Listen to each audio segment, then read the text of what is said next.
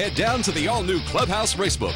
With live horse racing on more than 250 flat-screen TVs, state-of-the-art wagering terminals, and amazing Vegas-style atmosphere. The Clubhouse Racebook, 711 Central Avenue, Albany.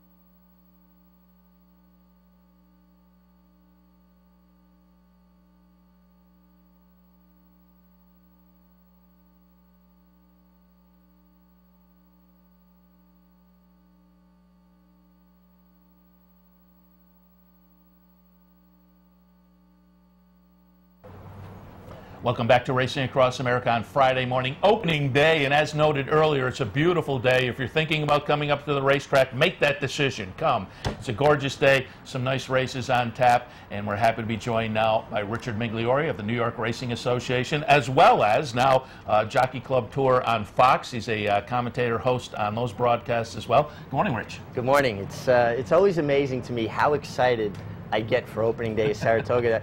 The first time I ever got here was 1978, so 36 years later, it's nice to know you can still get that excited. Yeah, and I've said it countless times already in the past 2 days we've been up here.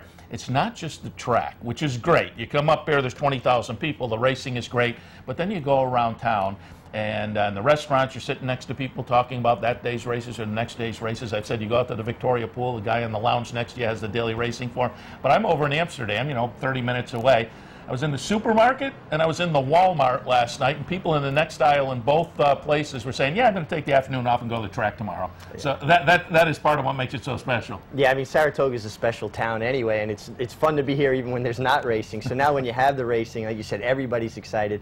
And for the riders and the people that participate, it's nice to play to a packed house every day. Oh, absolutely, and that is the part of the specialness of being a fan too. It's fun to be a fan when there's that life to the place, and you know, people are standing next to you, and you can commiserate or celebrate with them. And so we're ready to kick it off. Before we talk a little bit about the race meet and some of the events that are coming up that you'll be tied to, I did mention you are now a host commentator with the Jockey Club Tour on Fox, and I'm just wondering how you appreciate that gig.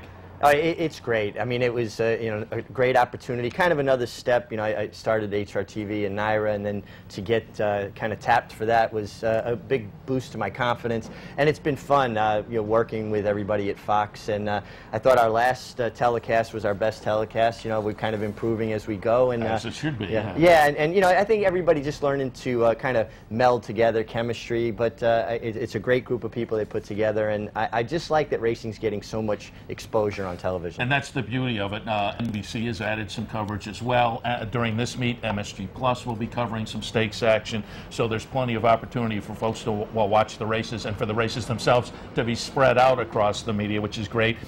Jockey Club Tour on Fox, in fact, continues this Sunday. They will cover the Eddie Reed from Del Mar, as well as the coaching club American Oaks right up here at Saratoga. They will also have a little bit later in the meet the Saratoga Special, the Sword Dancer, so they'll have a couple more opportunities. And I'm assuming, again, they have a Del Mar race, but I'm assuming with Saratoga races you'll be based up here. Yeah, we'll be up here. Simon Bray will actually be at Del Mar, but we'll be covering it. And it actually goes from 5:30 to 7:30, so it's a 2-hour show this Sunday. And again, you know, it's just great, and I know it'll be supported with a lot of features, a lot of great things about Saratoga. And so, you know, for people who aren't fortunate enough to be here this weekend, hopefully we'll bring it to their living room. And I'm wondering if you've gotten some feedback. As you said, you've improved every show, so I'm sure you go to the production truck afterward, there's feedback amongst the crew. But as you go out and about the racing community, you get some feedback there? Oh yeah, definitely. Everybody is really interested in how, you know, it's going, and a lot of people are paying attention, and you get a lot of suggestions about what you should do different or better. But I really felt great about the last show, the one at Monmouth, and I think we've kind of started to hit our groove a little bit. Very good. And the only people who are probably disappointed with that production would be the West Point people, where Twilight Eclipse again gets nipped. I watched that race and I said, oh, that reminds me so much of the Sword Dancer up here last year, where I got run down by the Ramsey horse, and it got run down again. Oh, that was a tough beat for Twilight Eclipse. Yeah, but you know what? He shows up and tries every time, absolutely. So you got to appreciate that. You know, obviously we all want to win, and we know how difficult it is, but if you've got a horse that's honest, I always say, give me a horse that gets his lunch pail, shows up for work every time, because you'll ride a brilliant horse that you can't count on all the time. Well, Twilight Eclipse, you can count on him showing up. Yeah, I had Tom Bellhouse on a couple of days ago from West Point Thoroughbreds, and we're saying just that. I mean, particularly if you're a syndicate horse, that's the kind of horse you want. It takes him over to Dubai, shows up in all the big races, grade 1 placed, and $800,000 in the bank. You can't ask for more than that. I mean, you want some wins, but if you're not going to get the wins, and that's the horse racing game, you wind up with an $800,000 earn. That's okay.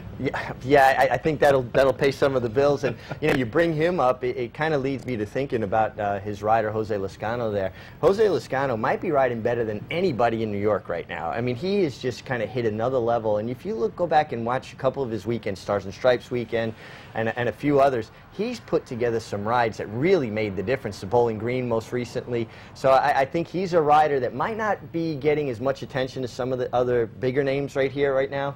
But he's a guy that I think you got to keep an eye on. Yeah, Dave Lippin and I made the same comment a few minutes ago, and I'll get your opinion on the jockey colony. I've said over the past couple of days, I think that adds a nice human interest story to the meet. We have Rosie Napravnik on the comeback from the injury. It's kind of interesting. There are parallels here and on the West Coast. Taylor Rice, the apprentice, is going to be fun. On the West Coast, you have Graydon Van Dyke, who is doing so well out there. It was the leader at the Los Al meet. And you have Rafael Bejarano on the comeback out there. Here, Rosie Napravnik on the comeback, Taylor Rice.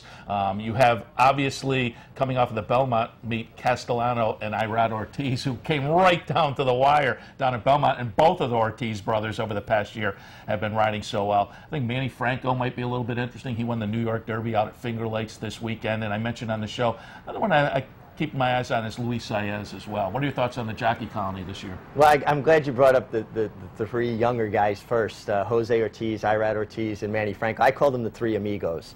They're 21, 20, 19. They all live together. They all came through the Puerto Rican jockey school. They're all very talented, and I think these kids are going to keep the older guys on their toes because, it's like the older lion and the young lion. They want to kind of protect their territory. So they're going to have Johnny Velasquez, Joel Rosario, Javier Castellano, Lezcano, these guys on their toes. And I think it's a great mix. And Luis Saez is a very talented rider. I mean, we saw last year he's capable of winning big races. Yeah, so that should be a lot of fun on the trainer side and the owner's side. Obviously, Todd Pletcher and Chad Brown, they duked it out last year up here, and they did it again at Belmont most recently.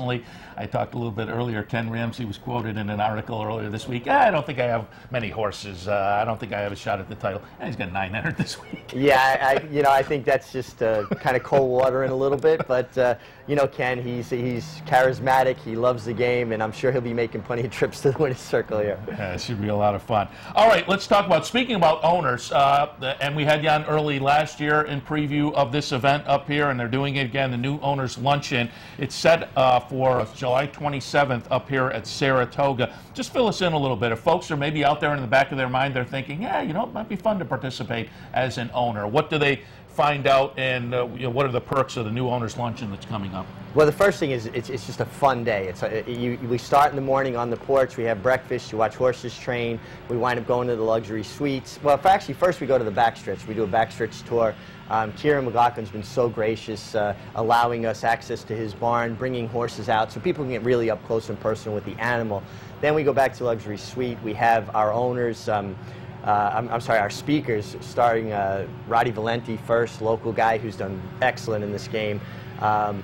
Mark Hennig and James Bond will be the trainers. We've got West Point Thoroughbreds represented, as well as Parting Glass Stable, one of the little local flavor. An equine accountant that explains things I learned, and I've been in the game for a very long time, about being able to carry over losses to offset years that you actually have winnings if you're fortunate enough. So we basically cover all the bases. You'll learn a lot. Steve Lewandowski, the state steward, explains about getting licensed. So besides having a great day, because we also go to the paddock, we do a winner's circle presentation, you learn so much, and I think the biggest thing that's come out of this is people learn they don't have to have bottomless pockets to get involved, that there's basically something that can fit everybody. And we've had 23% of the people participate, get involved in ownership, mostly through partnerships, and I'm sure if you have any disposable income, you can find a way to get involved if you really want to be in the paddock looking out. Now, that being said, I always tell the people that are getting involved, obviously it has to be disposable income. And you have to look at it like it's a vacation. you're going to put this money aside for a vacation, you're going to take the vacation, you're not getting the money back. But if it was worth it in the memories you made, the time you had, maybe the relationships you made, I think that's what you're looking to get into the game for. Because, as you know, just like being up here this week, getting to say hello to all the people that I've become friends with over the years, I think that's part of the thing, the experience that people need to look for.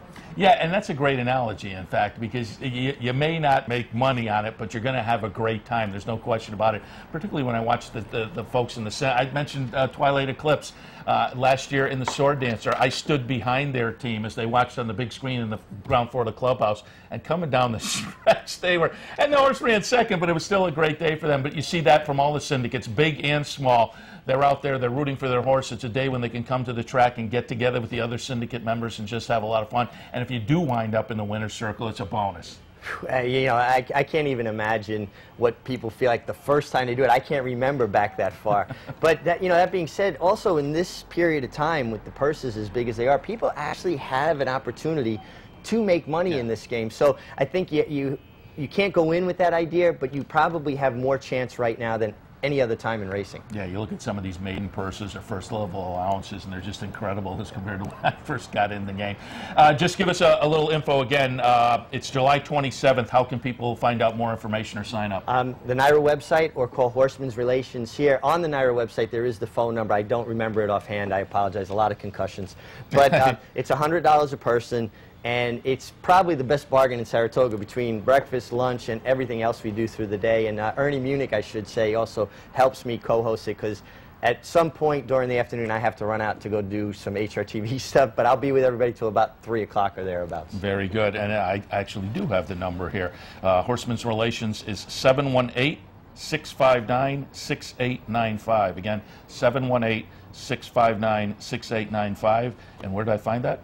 On the NYRA website. So folks can find all the information there. New Owners Luncheon, July 27th. If you have that in the back of your mind, it's a great way to find out some more information. Just before we let you go, I also want to touch on you participate in some of the paddock commentary and whatnot, pre-game shows, and it looks like things have moved for NYRA. The Saratoga meet, it looks like you guys used to be either over in the paddock carousel area or the little cabana in the middle of the paddock, but things have moved outside the paddock this year. Yeah, they've built us a beautiful set. I mean, they really did a great job with it, and I'm excited to do our first Saratoga Insider. We launched the Belmont Insider show, Jason Blewett and I, and now it's the Saratoga Insider. Of course, it'll switch back and go to Belmont, but we're going to show all the stretch runs of the races for Saratoga meet for the people that aren't here, but a lot of it is also about previewing what's happening the next day, and what we like to call it is the fastest 30 minutes in thoroughbred racing.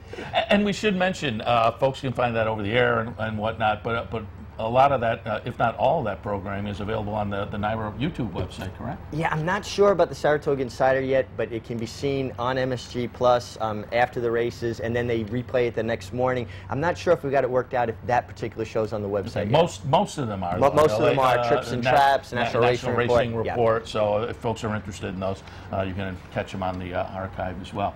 All right, Rich, we'll let you go, and we certainly appreciate the visit. It's opening day. Good luck to you and everybody in NYRA. I think we're all excited. And again, the weather is beautiful today, so we appreciate the visit this morning. We'll catch up with you as the meet goes along. Great. Thanks for having me. I hope to come back at some point during the meet. We will definitely have you back on. All right, Rich Migliore from the New York Racing Association. Don't forget, Sunday, Jockey Club Tour on Fox continues with Rich. We'll take our next break. When we come back, we'll wrap up the show. Opening day here at Saratoga. Stay tuned.